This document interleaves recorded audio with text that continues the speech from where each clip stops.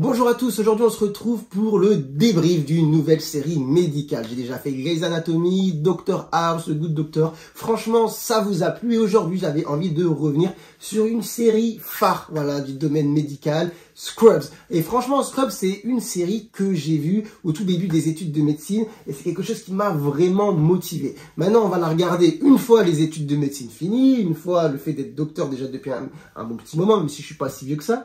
Et on va voir un petit peu qu'est-ce que je peux commenter et qu'est-ce qui ressort de, en tout cas, ce premier épisode de la saison 1. On va voir si c'est réaliste ou pas.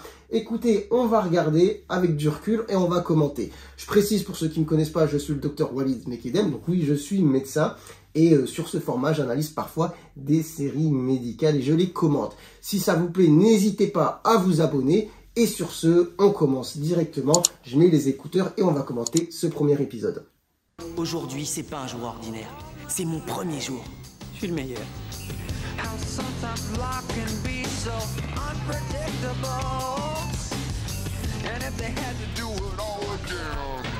4 années de prépa, plus 4 années de médecine, assorties d'un wagon d'emprunt à rembourser, m'ont convaincu d'une chose. Enfin, ça vous ennuie pas d'aller poser une sonde nasale au 234 que vous appelez l'interne si le prélèvement est positif? Je sais que je ne sais rien. Alors ça me fait rire parce qu'effectivement, une fois devenu interne, en fait, avant que ça arrive, on est hyper enthousiaste. Comme il a dit, on n'a pas le même cursus aux États-Unis et en France. D'ailleurs, si ça vous intéresse, j'ai fait une vidéo avec un médecin aux États-Unis. Je vous mets le lien ici pour qu'il vous explique un petit peu comment ça se passe là-bas. Mais en tout cas, même si le cursus n'est pas similaire, il y a quand même un point commun, c'est que ça reste très long avant de devenir médecin qui pratique effectivement sur le terrain avec toutes les responsabilités qui vont avec. Donc, quand on arrive à ce moment où les choses vont enfin se faire, on est très enthousiaste.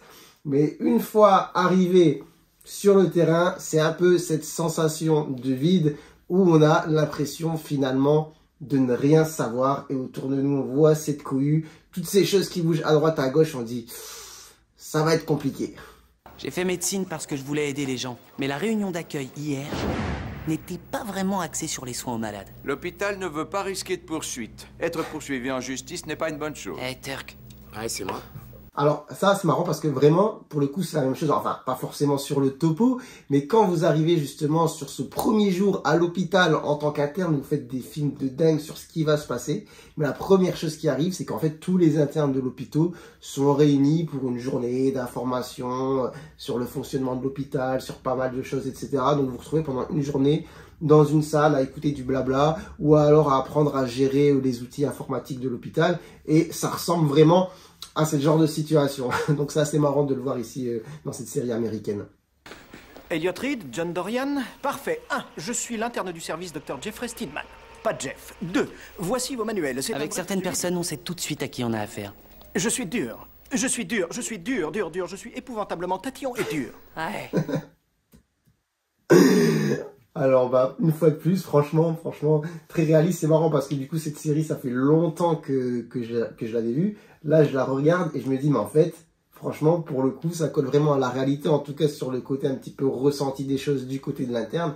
Et effectivement sur les premiers jours, peu importe le stage, même avant l'internat, bah des fois on se retrouve avec ce genre de personnes en face de nous et là on se dit ah ouais avec elle ça va être un peu dur, ça va être compliqué. Allez, quoi, tu l'as déjà fait sur des cadavres. Tu piques à travers la peau. Tu piques. Maintenant. Trop tard. Carla, tu le fais à sa place. Il me faut aussi une analyse des gaz du sang. Je pouvais le faire. Tu la fermes et tu regardes. Sois gentil avec Bambi. Oula, c'est un petit peu dur parce que déjà que c'est pas facile de se mettre dans le truc, d'avoir la confiance, de faire les choses qu'on n'a pas l'habitude de faire. Mais si on a quelqu'un derrière qui nous encourage pas et qui nous pousse pas justement à se dire allez t'inquiète, je sais que t'es stressé, t'as un petit peu peur, mais vas-y, une fois que tu l'as fait, après ce sera tranquille pour les fois suivantes, bah là ça fait que te descendre et déjà que la confiance n'est pas au top au début, et ben là elle fait que diminuer. Donc ça c'est un truc franchement à pas faire si on veut mettre en confiance un jeune médecin pour qu'il puisse après enchaîner et devenir quelqu'un d'assez costaud dans le domaine. Docteur Dorian, pouvez-vous me dire à quelle pathologie nous pouvons le plus Je crois que je vais adorer les visites. avec On se croirait dans un jeu télévisé. Serait-ce le Rémi? C'est bien, bravo. Ah, ça c'est du joli travail, parfait le Farley. Alors ça, je ne l'ai pas vécu durant l'internat, mais ça, on connaissait ça durant l'externat. Du coup, la période qui précède, où on est à la fois étudiant, qu'on étudie nos bouquins, qu'on passe des examens, qu'on a des stages à l'hôpital.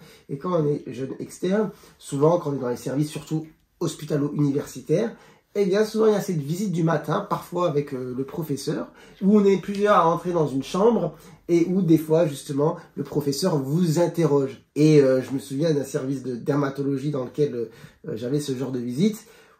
C'était assez stressant. Donc quand tu répondais bien, c'était bien. Par contre, si tu répondais mal, parfois tu passais un mauvais quart d'heure en plus avec le patient qui te regarde comme ça et qui se demande un petit peu ce qui se passe. Donc pas forcément tout le temps des bons souvenirs, mais personnellement ça va. J'ai pas été démoli devant les patients, mais j'ai vu les choses autour de moi. Et c'est vrai que pour certains, parfois, c'est un petit peu rude. C'est quoi cette histoire? Tu oses me biper pour me demander combien de paracétamol tu refilais à Madame Lanzer? J'avais peur que l'effet exacerbe le... C'est du paracétamol dosé pour des nourrissons. Voilà les instructions. Tu lui ouvres la bouche, tu te verses une poignée et salut, tu jettes tout ça. Quoi que tu lui refiles, ce sera le bon dosage. Mais je et me... sous aucun prétexte, tu ne brises notre loi du silence. Alors, tellement vrai. Je parlais de confiance, etc., des débuts. Parfois, pour des prescriptions qui peuvent nous paraître aujourd'hui totalement anodines, eh bien, au début, on se fait des films incroyables. On a peur de prescrire ci, de prescrire cela. Et du coup, on a envie de demander à chaque fois un avis. Et c'est vrai que, pour certains chefs, je peux le comprendre, ça peut être très très lourd, surtout quand c'est des trucs qui paraissent assez évidents. En tout cas, souvent en tant qu'interne, on ressent ce besoin. Après, évidemment, ça dépend aussi des internes. Il y en a qui sont dans l'abus quand même et qui demandent tout et n'importe quoi. Il y en a qui sont dans l'extrême inverse, qui demandent rien du tout, au risque parfois de faire des grosses bêtises. Et il y a le milieu aussi qui est évidemment l'idéal. Mais c'est pas facile de trouver justement la bonne balance. En tout cas, ça, c'est vraiment aussi le reflet de quelque chose de très réaliste dans notre réalité ici en France. Salut, ça va? Ça, c'est exactement comme au lycée. Les chirurgiens, ils tranchent, ils coupent, c'est des physiques. Tout le monde les adule. En médecine générale, c'est plus un télo. On analyse des résultats d'examen, on pose des diagnostics. Alors évidemment, en médecine... Tâche. On a un peu l'air de naze. Bon, qu'est-ce que vous en pensez? Est-ce que c'est vrai ou pas? Mais effectivement, médecine, en France aussi, on a des clichés, des stéréotypes en fonction des différentes spécialités avec chacun un petit peu sa caractéristique propre. Et voilà, après il y a des clichés un petit peu qui circulent comme ça, qui sont ressentis, vécus au sein même de la communauté médicale et qui sont aussi sûrement ressentis de l'extérieur. Dites-moi un petit peu ce que vous en pensez, quelle spécialité vous la voyez comment, etc., etc. Ce serait marrant de voir un petit peu votre visu, votre ressenti en fonction de différentes spécialités. Si vous pouvez citer en commentaire 2-3 exemples, par exemple comment vous voyez le cardiologue, comment vous voyez le chirurgien, comment vous voyez le médecin généraliste, etc. Ça peut être sympa d'avoir un petit peu vos retours en commentaire. Drainer l'estomac de Madame Pratt m'a remis les idées en Pas place. l'estomac, Un joli c'est petit d'acide. cercle. Fermez-la et allez-y. Parfait. Bon, maintenant, il n'y a plus qu'à aspirer le liquide avec la maxi-seringue. Je crois que l'aiguille est trop grosse, j'appelle l'infirmière. Ça va pas, non, c'est en faisant qu'on apprend. C'est en faisant qu'on apprend. Pourquoi j'y arrive pas, moi? Bah parce que tu le fais pas, et effectivement, Turk là il a raison, parfois il faut y aller. Et juste pour revenir un petit peu sur ce qu'il disait, c'est pas ponctionner l'estomac, c'est ponctionner de l'acide. Donc c'est du liquide dans le ventre, on va souvent trouver ça par exemple dans les pathologies du foie comme la cirrhose, l'insuffisance hépatique. Et du coup il suffit de ponctionner pour retirer du liquide, et parfois on retire des litres et des litres et des litres de liquide, c'est assez impressionnant. Alors, ça fait quoi d'être un jeune docteur plein d'avenir? Ben, c'est... Vous êtes déjà allé voir un film dont tout le monde vous a dit qu'il était génial, vous vous attendez à un truc tellement grandiose qu'au bout du compte vous êtes déçu? Dans les films d'aujourd'hui, il y a bien trop d'effets spéciaux. Ouais, c'est pas loin de ce que je voulais dire. Magnifique. Alors, ce moment est magnifique. Bah, effectivement, écoutez, surtout quand vous avez grandi et que vous avez regardé pas mal de séries comme ça, ou d'autres séries médicales, sur lesquelles d'ailleurs je fais pas mal un petit peu de débrief en ce moment. Bah, parfois, des fois, la réalité, il y a quand même un contraste. Donc, il y a ce petit contraste, mais après, on s'y fait assez rapidement, vous inquiétez pas. Tu t'angoisses parce que t'es de garde cette nuit, c'est ça? Oui. Écoute, le pire qui puisse t'arriver, c'est de tuer un mec et que ça te hante le restant de tes jours. Mais ça, c'est vraiment le pire qui puisse t'arriver.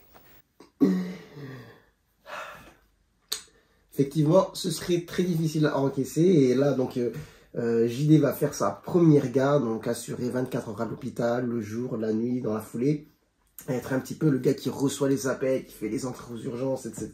Et c'est sûr que sur la première garde, on a mal au ventre, on va souvent aux toilettes parce qu'on dit oulala, ça va être tendu. Et effectivement, on n'a pas envie de faire une bêtise qui pourrait engendrer éventuellement, oui, la mort de quelqu'un. On ne le dit pas assez, mais effectivement, les gens qui travaillent à l'hôpital, eh ben, ont la responsabilité de la vie de certaines personnes. Donc, oui, c'est un métier assez stressant, on va pas se mentir.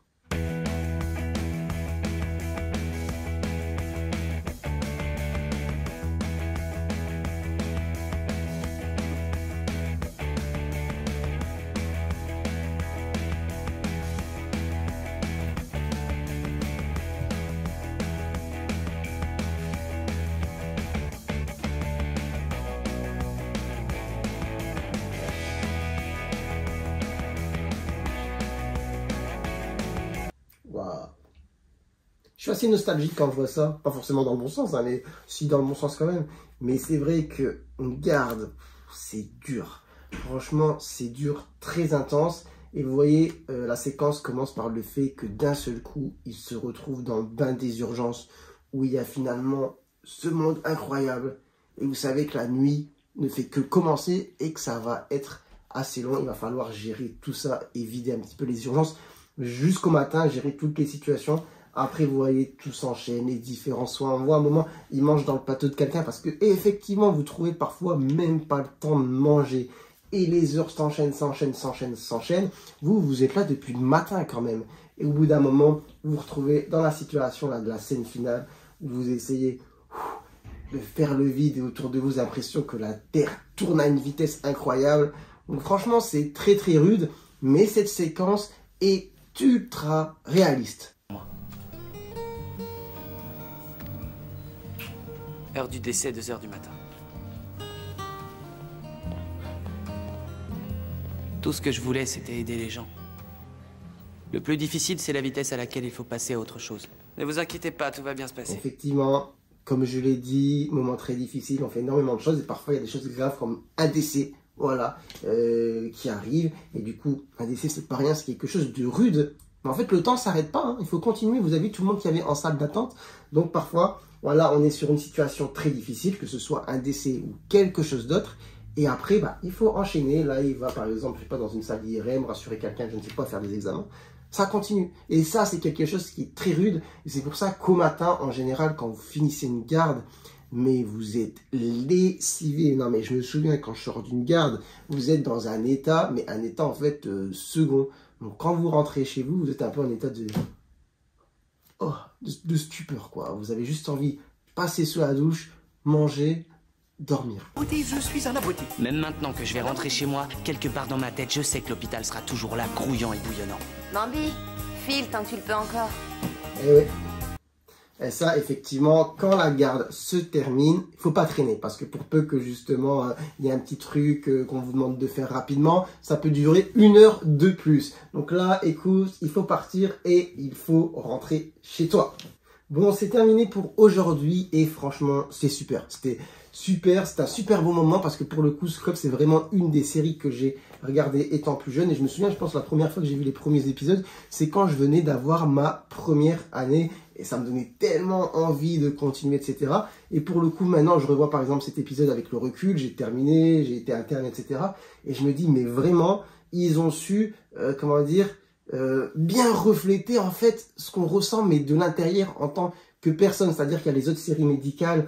J'en fais par exemple Dr House, où vraiment c'est sur le côté médical pur, où on va avoir des cas cliniques, etc. qui vont être plus ou moins réalistes. Mais là, pour le coup, c'est sur le côté en tant que personne, vraiment quand vous êtes interne, jeune médecin, comment vous vivez les choses de l'intérieur, comment vous les ressentez. Et pour le coup, oui, c'est à peu près comme ça. Donc vraiment, nickel, super, si vous voulez avoir un aperçu de comment se passent les choses de l'intérieur du côté du médecin, regardez 1 ou 2 épisodes et je pense que vous pourrez avoir un aperçu. On essaiera peut-être de faire 2 épisodes pour voir s'il y a des trucs médicaux purs à analyser.